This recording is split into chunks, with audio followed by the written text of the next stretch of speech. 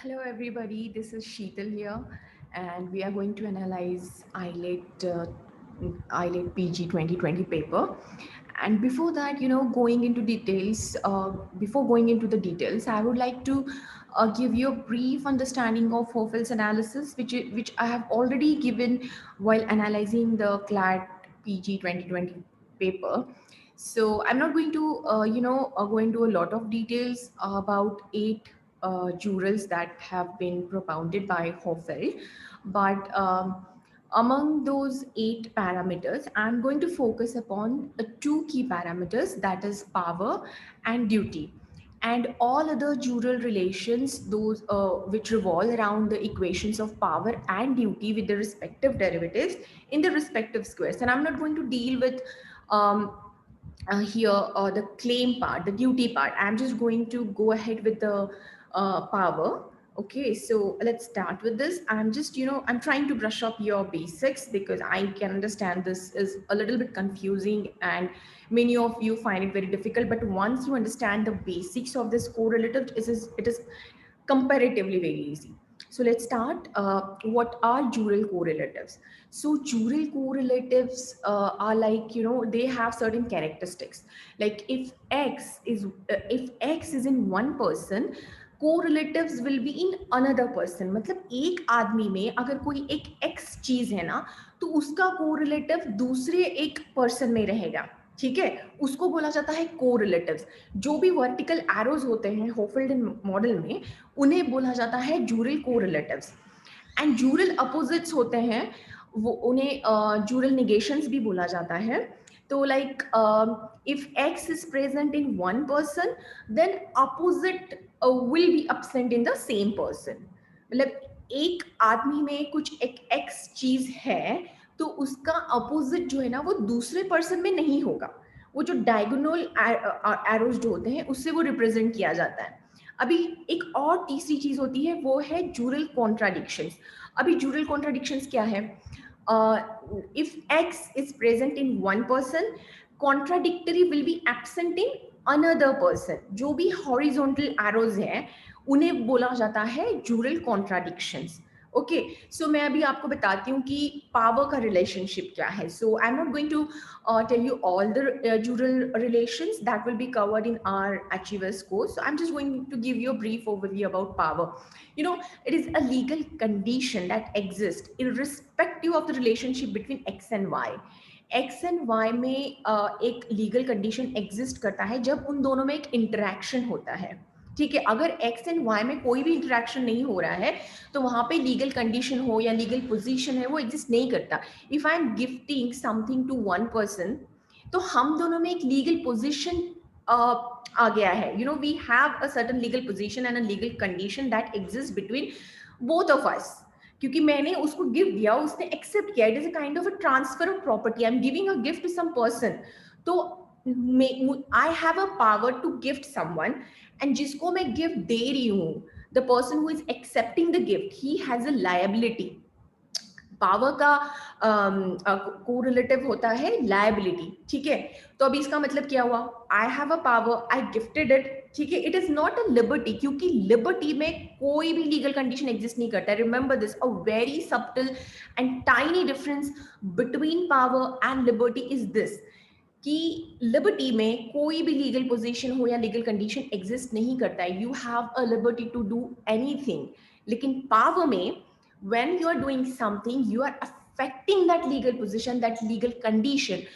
If I am gifting somebody, जो हमने अभी example लिया था, let's go back to that example. If I am gifting a phone to my friend, okay, so in this case I am affecting the legal position of my friend and even mine. How? I am getting a power to gifting him, right? And he's having a liability. Liability is not English liability. ठीक है, यहाँ पे liability का meaning वो नहीं है जो हमारे पास इंग्लिश में है. जैसे एक निगेशन है, मतलब मैं किसी के ऊपर एक लायबिलिटी हूँ, मैं किसी के ऊपर एक बोझ हूँ. वो लायबिलिटी का मीनिंग यहाँ पे नहीं एग्जिस्ट करता है. उसने बस एक लायबिलिटी टर्म यूज किया है. ठीक है, होफेल्ड ने, he has just use the term liability. जब मैं किसी के ऊपर पावर एक्सरसाइज कर रही हूँ, तो that person has a liability. और इम्यूनिटी. ठीक है, अभी मैं किसी को मेरे पास अगर पावर है तो in another person he has an immunity, ठीक है, तो अगर मुझ में पावर है तो there is a presence of liability in another person and there is an absence of disability, ठीक है, अगर पावर है तो उसका अपोजिट है डिसेबिलिटी, तो दूसरे पर्सन में डिसेबिलिटी आ जाएगा, एक तो लायबिलिटी भी आ जाएगा, वो है ड्यूरल कोरिलेटिव, और दूसरा आएगा डिसेबिलिटी, ठीक है, दैट इज एब्सेंस, एंड एक होता है इम्यूनिटी, ठीक है। तो नाउ अभी हम देखते हैं कि एक्स एंड वाई के बीच में जो हमने स्टार्ट किया था relationship, what is it, X gets the ability to change the existing legal condition, जो अभी मैंने आपको एग्जाम्पल के साथ बताया था कि मैंने अगर किसी को फोन गिफ्ट दिया है देन व्हाट हैपेंस, तो the change can be with respect to himself, मतलब मैं अगर फोन लेती हूँ I can throw it away, मैं किसी को दे भी नहीं सकती हूँ, मैं ऐसे ही घर में रख सकती हूँ, right, and the change can be with respect to Y, मतलब जो मैंने मेरे फ्रेंड को गिफ्ट दिया है उसके पोजीशन में चेंज आएगा, right, and the change can be, and that change can be for the betterment of him, अभी मैंने उसको फोन दिया है तो definitely that person is going to use that phone for his calls, for messages and everything, और वो अपने social media पे प्रेजेंट रहेगा ना, ऑल दैट, ठीक है, and the change can be for worse, ठीक है, अगर मेरा मोबाइल देना हो सकता है कि he might get involve in to certain kind of things, तो पावर जब होता है ना, you have got all the ability to change the existing legal conditions, ठीक है, and then the ability in X is called as power, and if X has power the correlative of power is liability, and that lies with Y, मतलब मेरे friend के इसमें वो liability रहेगा, and as X has power the opposite of power is disability and it is absent in x, right, क्योंकि मेरे पास power है तो at a time I won't have disability, क्योंकि मेरे पास तो पावर है तो मैं कैसे डिसेबल हो सकती हूँ, because I have all the power to change the existing legal conditions, right, so as X has power the contradiction of power is immunity and that is absent in Y, यहाँ पे आपको समझना पड़ेगा, अगर X के पास power है, right, तो एक्स के पास डिसेबिलिटी नहीं रहेगा, और एक्स के पास पावर है ना, तो उसका कॉन्ट्राडिक्शन है इम्यूनिटी, वो वाई में एब्सेंट रहेगा, ठीक है, तो वाई में लायबिलिटी रहेगा एंड वाई में इम्यूनिटी एब्सेंट रहेगा, तो this is all about Hohfeld's model. अभी let's start with the AILET paper, okay, तो I am not going to going to all the details of what is claim and duty and all that, because that we are going to cover in our course, ठीक है, तो चलिए हम start करते हैं हमारे first question से, question number 91, इसमें क्या था, within the Hohfeldian scheme doli incapax manifest the following connotation of right, अभी फिर से होफेल्डियन स्कीम आया यहाँ पे, ठीक है, नाउ लेट्स एनालाइज दिस, अभी जो हमने देखा था पावर लायबिलिटी इन इम्यूनिटी का, ठीक है, तो यहाँ पे doli incapax refers to the lack of mental capacity to form an intent to commit crime specially on account of age, ठीक है, मतलब डोली इन कैपेक्स का मतलब ये होता है कि आपके पास वो मेंटल मैच्योरिटी नहीं है, मेंटल कैपेसिटी ही नहीं है कि आप एक क्राइम कर सको, आप समझ ही नहीं सकते हो कि मैं अगर किसी को मार दूंगी तो वो क्राइम है, क्योंकि मैं वो समझ ही नहीं पाती हूँ कि वो क्या है, तो that is Dolly in capex. In capex, you are unable to understand the consequences of that particular crime because of my certain age. जो अगर मैं IPC में दिया है section 82 and 83 में that child below 7 years cannot commit a crime, right?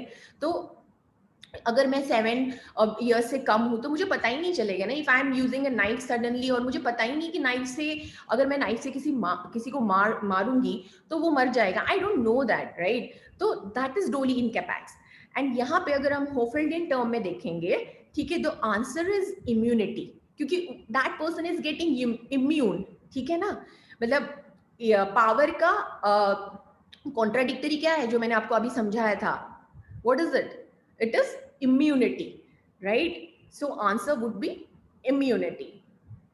So let's move on to the next slide. Okay, question 92. Now here the question says within the Hofeldian scheme right to vote is an example of, अभी हमने power देखा था, इसीलिए मैंने सिर्फ power के बारे में, लिबर्टी के बारे में आपको बताया था, I just explained about power and liberty jurals, okay, because we are not going to go into claim and what is duty and all that. मैंने लिबर्टी में क्या बताया था आपको कि when you have a liberty you are not going to affect any of the legal position, right, any of the legal conditions हो या कुछ भी हो, because that is absolute, But power में you have something in you that because of it you're going to change the legal positions, right? So यहाँ पे right to vote is an example of power and liberty, right? Because right मैं जब vote करने जाऊंगी तो वो मेरे पास पावर है, because of that power I am going to exercise something. अगर मैं किसी को वोट दूंगी तो वो पर्सन इलेक्शन में आ जाएगा, इलेक्ट हो जाएगा, राइट? तो that is a power. And liberty also, मैं चाहूँ तो जा सकती हूँ, मैं चाहूँ तो नहीं भी जा सकती हूँ, है ना? तो दैट इज लिबर्टी. मेरे हाथ में है कि मैं किसी को वोट करूँ या नहीं करूँ, या तो मैं घर पे बैठी रहूँ, है ना? एंड पावर इज लाइक आप जा रहे हो because of your that one vote is going to change everything. या कांग्रेस आएगा, बीजेपी आएगा, whatever it is. So it is an example of power and liberty, right? And as I said, voter is free to exercise his preference to vote. तो अभी यहाँ पे let's see कि reason and कैसे existence है power का, ठीक है? अभी पावर है, हमें तो पता है, राइट? तो voter has capability to take his own decision and his decision is not impacted on any other extraneous circumstances. वो चाहे तो एक्सरसाइज कर भी सकता है पावर या नहीं कर सकता है, बट अगर वो पावर एक्सरसाइज करता है तो उसके कॉन्सिक्वेंसेस बहुत सारे होंगे, राइट? एंड यहाँ पे क्लेम है क्या? Is it a claim? Right to vote, is it a claim? आप बोल सकते हो कि नहीं, राइट टू वोट है, मैं इस पे क्लेम हूँ. क्लेम का जूरल कोरिलेटिव होता है ड्यूटी. अगर मैं बोलती हूँ कि राइट टू वोट मेरा क्लेम है, तो क्या किसी के पास ड्यूटी है वो मुझे देने का? नहीं ना, बिल्कुल नहीं. आप चाहे तो कर सकते हो, नहीं तो नहीं कर सकते हो. तो इसीलिए यहाँ पे क्लेम नहीं है. Voter does not have a right over anybody to exercise his vote. वो किसी को बोल नहीं सकता है, राइट? तो let's move on to the, तो प्रीवियस क्वेश्चन का आंसर है पावर एंड लिबर्टी. ओके, अभी हम देखते हैं 93. True law is right reason in agreement with nature. Whose words are this? ये तो मेमोरी बेस्ड क्वेश्चन है. इसमें तो मतलब आपको बुक पढ़ना ही पड़ेगा, एंड आपको मतलब ये जो कोट्स होते हैं या किसने क्या बोला है, you just make a chart of it, and then you will be good to go with all these kind of questions. ठीक है, इसमें मतलब कुछ नहीं, but you can pick up a particular word which is very important, like true law is right reason in agreement with nature. तो you just pick up this particular word true law, catchy word. Just try to pick up the catchy word जो बहुत ज्यादा आपको लग रहा है कि हाँ यार ये वर्ड मैं याद रख सकती हूँ. So just pick up that particular word. Okay, तो यहाँ पे true law किसने बोला है? सिसेरो ने.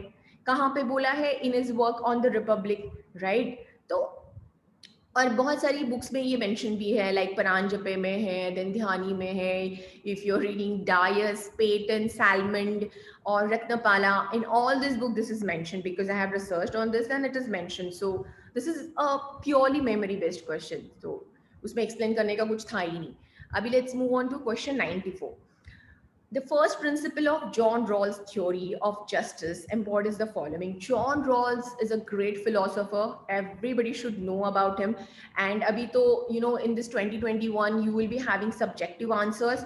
So you can incorporate John Rawls' theory everywhere because he talks about equality and liberty. And equality and liberty are the concepts that are there in our preamble, that are also cited in fundamental rights. They are very very very important principles, right? So you should know कि आप you just try to connect preamble में क्या है, liberty equality mentioned है, तो John Rawls का theory है वो, right? तो आप ऐसे भी याद रख सकते हो. And this is really very important for you to write this particular philosophers in your subjective answer to fetch more marks.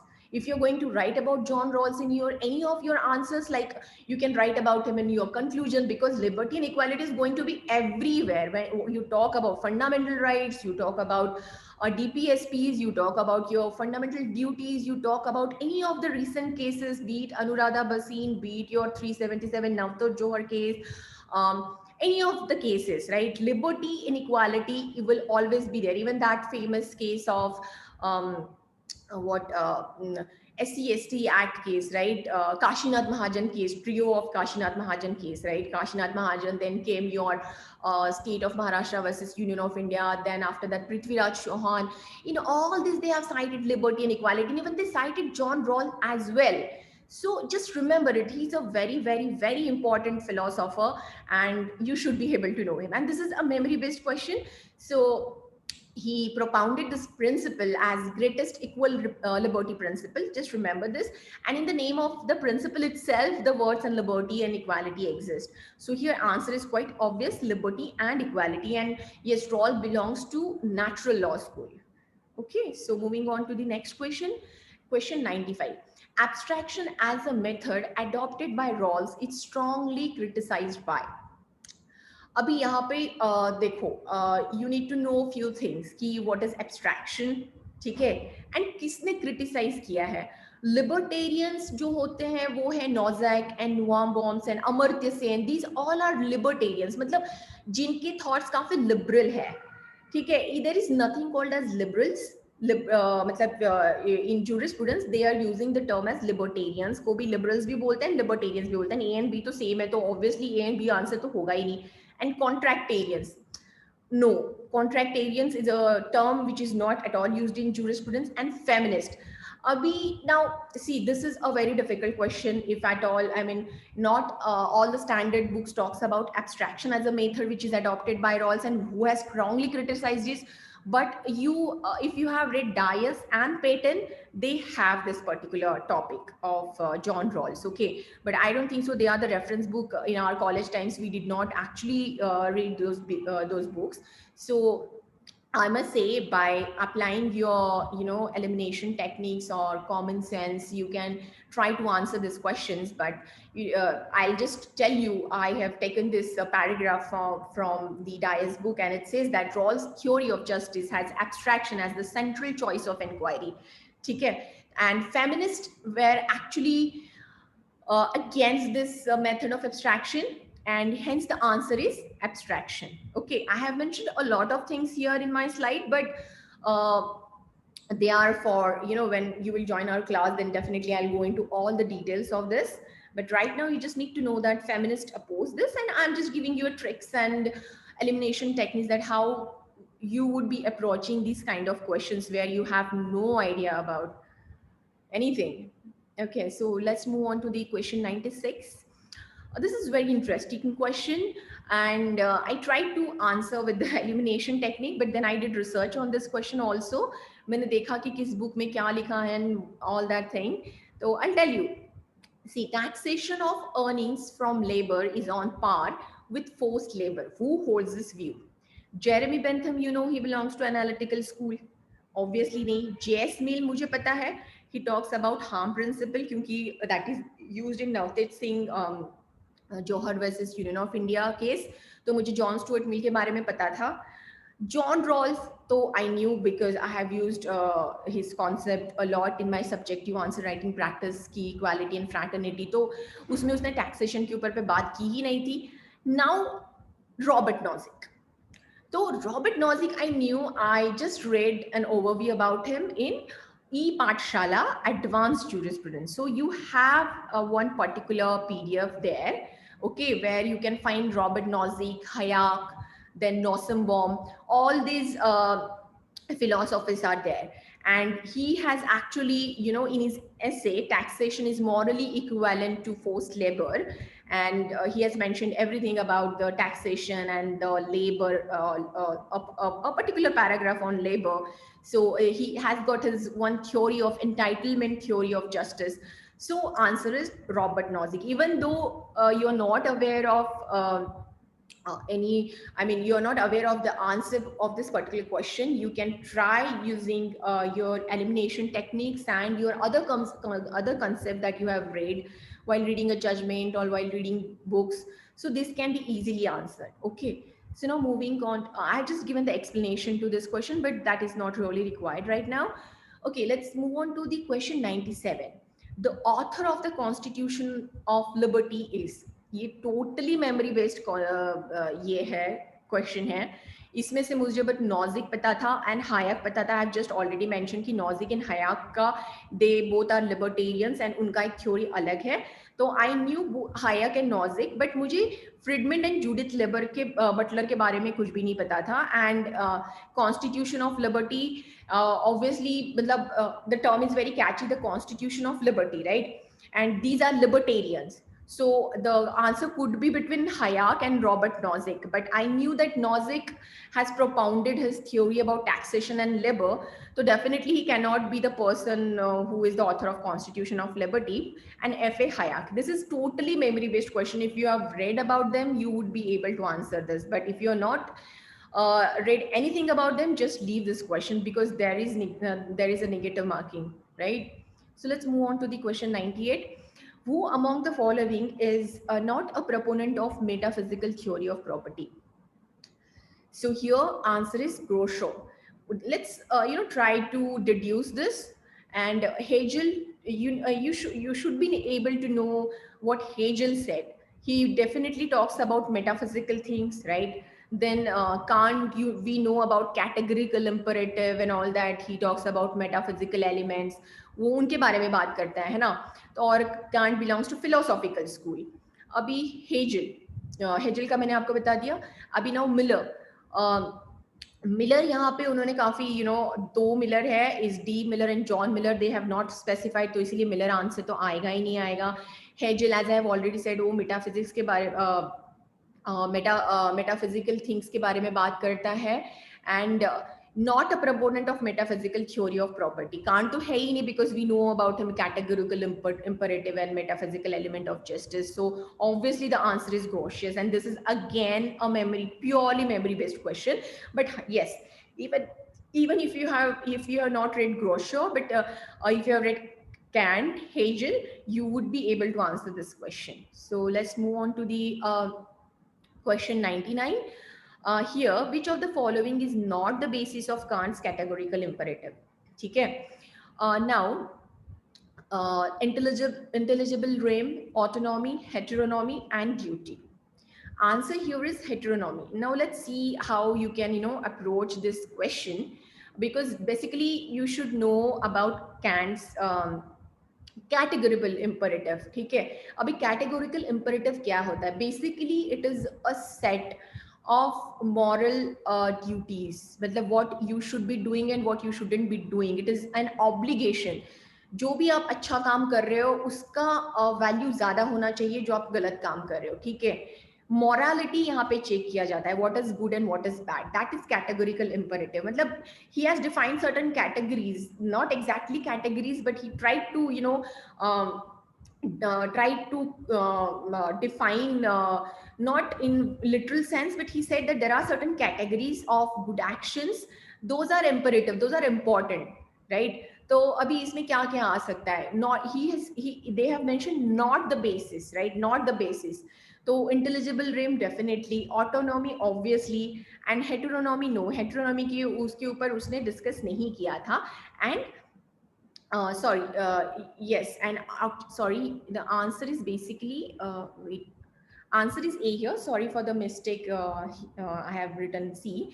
The intelligible realm is an answer, and autonomy, heteronomy, and duty has actually discussed in his in his groundwork of metaphysics morals. He discusses about this categorical imperatives. They are universality, humanity, autonomy, and under the first formulations he discussed duty, and under the third formulation he discussed about heteronomy. ठीक है.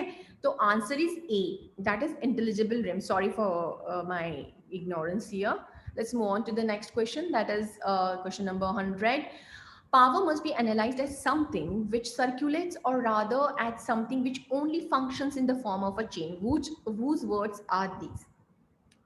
As I've already mentioned, such a kind of questions are difficult to remember for all the students, but if you can just try to remember a particular word, then it becomes easier for you to answer certain these kind of questions. So let's see how this is memory based. Answer is actually Michael Foucault, and he has said this, and Sarah Mills explains in certain words that power is a system, a network of relations involving the whole society and all that. So this is particularly a memory based question. You need to, and like I know Michael Foucault is not given in all of the books, but you must follow ePathshala Advanced Jurisprudence. You can download the PDFs from there, and Michael Foucault is given in one of those PDFs. Okay. So now let's move on to the 101 question. This is again a memory based question. The prophecies of what the courts will do, in fact, and nothing more pretentious, are what I mean by the law. Who said this? Okay, so here the answer is Holmes. It is actually Holmes is a critic of the theory of legal realism. Realism is again another philosophy. So realist school. Uh, Here, the quotes is the more important word, because the prophecies of what the courts will do in fact and nothing more pretentious are what I mean by the law. So whenever I find this word quote, I know that they're going to talk about realism. So answer is obviously Holmes. This is a memory based question and you need to remember this. Okay, so now which of the following does Austin regard as constituting positive morality? Austin belongs to analytical school, right? So now let's see. A says laws of God. Obviously, no, right? Because it is an analytical school. It is positive morality. It talks about sanctions and command of sovereign and all that. So laws of God is obviously not an answer. Then human laws not set by political superior or in pursuance of a legal right. Yes, obviously, as I said, these are the commands by the sovereigns, and laws by analogy. He has actually said that laws by analogy. I mean, it is a specific term. He has defined it. So obviously, the answer is D. That is both B and C. He, as I already mentioned, he belongs to the school of legal positivism, right? And yes, that is the answer. Let's move on to the next question, 103. The assumption of legal theory that law has an objective existence apart from the human beings who live it and create it is called. The answer is reification. Now, reification is described by Lucas, which means it is an act of reification. The people mistakenly take a non-thing such as institution or social role or law as a thing and immutable part of the natural world. The things obtain a phantom objectivity apart from the human beings who created it. This is again a memory based question. Okay, so you need to read about this, because I know this many of the standard books like Paranjape and Dhyani would not have these concepts. But if you don't know these questions, it's better to leave it. Otherwise, you can, as I mentioned, you start reading it from e-Pathshala, or if you have a reference book, just try to analyze the previous year questions and you will get to know all this concept. Like they have asked about deconstruction, reification, trashing, delegitimation. So just try to understand this concept. What are these concepts? Because in next year they might ask you about deconstruction or trashing or something like that. So it's better you try to analyze the previous year questions and see what are they are talking about and what is the meaning of that particular term.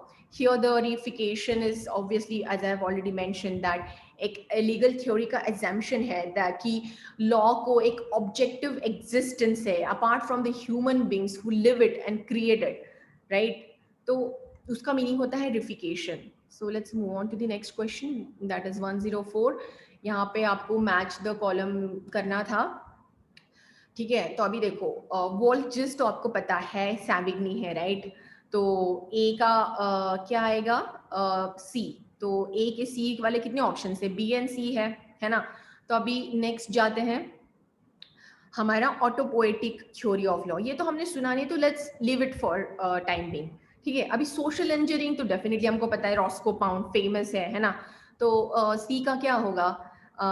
Roscoe pound, मतलब B, right? तो अभी हम option C पे पहुंचे. हमारे पास पहले B C था, अभी हमारे पास आ गया सी एंड बी. ओके, ए का हुआ सी, राइट? ए का हुआ सी एंड सी का हुआ आपका बी. ओके, नाउ अभी हमारे पास है क्रिटिकल लीगल प्लूरलिज्म. अभी autopoietic theory of law and critical legal pluralism, ये दोनों है जो हमें पता नहीं है. Now let's see. This is totally memory based, and autopoetic theory of law is basically propounded by Luhmann. तो वो होगा निकोलस ल्यूमन. तो डी आएगा, राइट? बी का डी आएगा. ओके, तो वो बी में चला गया. एंड डी का ऑब्वियसली मैरी क्लेनहैंस, उसने बोला था critical legal pluralism. Roscoe Pound and Savigny are easy, but others need calculated guess. If you have read it, well and good. Otherwise, just leave this question. Okay. Now, 105. Who among the following philosophers offers a deontological approach to justice? First is Jeremy Bentham, John Stuart Mill, Immanuel Kant, and none of the above. Bentham तो हमें पता है उसका utilitarian theory है, ठीक है, तो obviously उसने टेंटोलॉजिकल अप्रोच तो नहीं दिया है, as already mentioned just few minutes back that John Stuart Mill ने हार्म प्रिंसिपल के बारे में बोला है. तो ऑब्वियसली इसका आंसर होगा Immanuel Kant. And Immanuel Kant ने एक्चुअली बोला, if you have read about Immanuel Kant, well and good, you would be able to answer this without even going for Bentham and John Stuart Mill. So let's move on to the next question, that is 106. The notion of rights at site constraints was propounded by. This is a Nozick's concept, as I've already mentioned you that you can find about Nozick in e-Pathshala. Okay, Dworkin no Roscoe Pound, you know, social engineering. Hegel का हमने देखा था metaphysics है, right? And so obviously the answer is Nozick. This is just for explanation purpose. It is not required now for analyzing this paper. Now let's move on to the next question, 107. The book Idea of Justice is written by. अभी आपको ये question जानने के लिए आपने जो मैंने अभी बोला था ई पाठशाला का वो पर्टिकुलर कोर्स पढ़ा होगा, तो बहुत अच्छी बात है, बिकॉज उसमें अमर्त्य सेन, नोसमबॉम मैंने ऑलरेडी बोला था, नोजिक एंड हायक के बारे में लिखा है. तो उसमें लिखा है कि अमर्त्य सेन ने आइडिया ऑफ जस्टिस को लिखा है. तो I have also mention the link for this conceptions of social justice by Rawls, Hayek and Nozick. ठीक है, तो let's move on to the next question, 108. Ownership of self is an idea held by which of the following stream of thought? अभी ownership of self, ठीक है, तो this is basically libertarians. Utilitarians तो नहीं है, बिकॉज यूटिलिटेरियंस ने pen and pleasure के बारे में बोला था, वो बेंथम का आइडिया है, राइट? न्यू लिबरल्स भी नहीं है, इगैलिटेरियंस भी नहीं है, egalitarians Marx and all that. New liberals भी यहाँ पे नहीं है, तो obviously the answer is libertarians. ठीक है, Robert Nozick is famous for this. I have mentioned the link for this, you can go and check. So let's move on to the next question, 109. The second wave of feminism is also known as. For this also, this is memory based, and this is also given in the e-Pathshala website. There is this feminism PDF, and you can find it there. This is difference feminism. You know, feminist jurisprudence actually started because of gender inequality. This is not radical feminism, this is not liberal feminism, because they're talking about the second wave of feminism. ठीक है, second wave of feminism started because of the gender inequalities. मतलब gender inequalities, male and female के बीच में जो भी होता है, जो भी उनके साथ गलत हो रहा है, जो भी वायलेशन ऑफ राइट्स हो रहे हैं, patriarch and all that, because of that thing, this difference feminism came as second wave of feminism. So it basically, you know, this tries feminism jurisprudence, it tries to inquire into women's subordination and into its hows and whys. क्यों ऐसा क्यों हो रहा है उनके साथ, क्यों उन्हें मतलब कम देखा जाता है औरतों को एंड ऑल दैट. ठीक है, it basically tries to see how patriarchal hegemony is affecting women, right? So that is about it. You can also check this in e-Pathshala. Then 110, it is fiction theory of personality was propounded by. This is again a memory based question. ठीक है, answer is Sevigny and Salmon.